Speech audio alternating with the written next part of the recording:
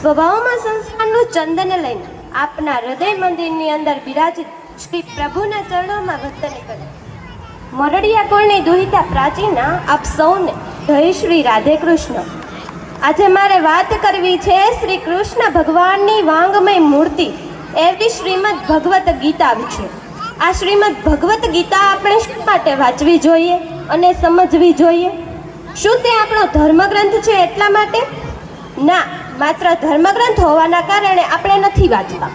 આના માટે એક નાનકડું ઉદાહરણ આપો.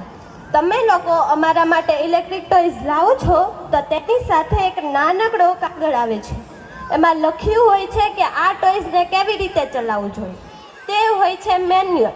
જો એક સાધારણ ટોય સાથે પણ મેન્યુઅલ આવતી હોય તો ભગવાને તો આપણને આટલું મોટું જીવન આપ્યું છે, તો આ જીવનને કેવી રીતે જીવવું જોઈએ તેના માટેનું મેન્યુઅલ એટલે શ્રીમદ ભગવત ગીતા છે. જો આજે અમને બધાને શ્રીમદ ભગવત ગીતા વંચાવશો ને, વાંચતા કરશો, તો ભવિષ્યમાં અમારે શ્રીમદ ભગવત ગીતાના સોગમ નહીં ખાવા પડે. વંચાવશો ને બધા? હા. હેલો, વંચાવશો ને? પણ હા, ખાલી વંચાવવાની જ નથી, તેને જીવનમાં પણ ઉતારાવજો.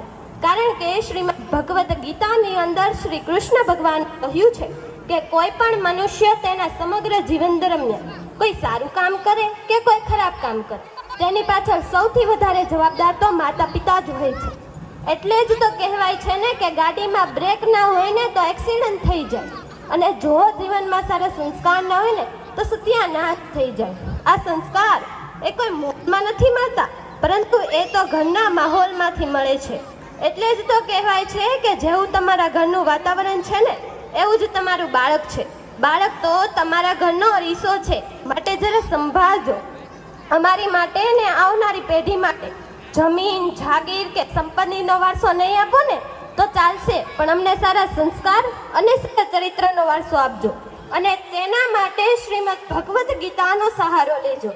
7 સમંદર પારના લોકો સમજી ગયા કે આ શ્રીમદ ભગવત ગીતા શું છે, તો જોજો તમે પાછળ ના રહી જતા તેનું રિસ્પાન કરાવવામાં. નહીં તો અમે મોટા થઈને એમ કેમ કરી શકીશું કે હા આપણે ભારતીય છીએ એટલે વધારે તો કંઈ નથી કહેતી, પણ ખાલી એટલું જ કહેવું છે કે આ શ્રીમદ ભગવત ગીતા એ તો સિંહણનું દૂધ છે, જે પીશે ને એ ચોક્કસથી ત્રાળ પાડશે. જે આધ્યાત્મિક સત્ય અને સનાતન રૂપી પુષ્પગુચ્છ આપણા દેશને મળ્યો છે તેની સુગંધ લેવી પણ જોઈએ અને પ્રસરાવવી પણ જોઈએ. ગીતા સુગીતા કર્તવ્યા કી મન્યે હે શાસ્ત્ર વિસ્તરે આ સ્વયં પદ્મનાભસ્ય મુખ પદ્માદ્વિનિઃ શ્રુતા.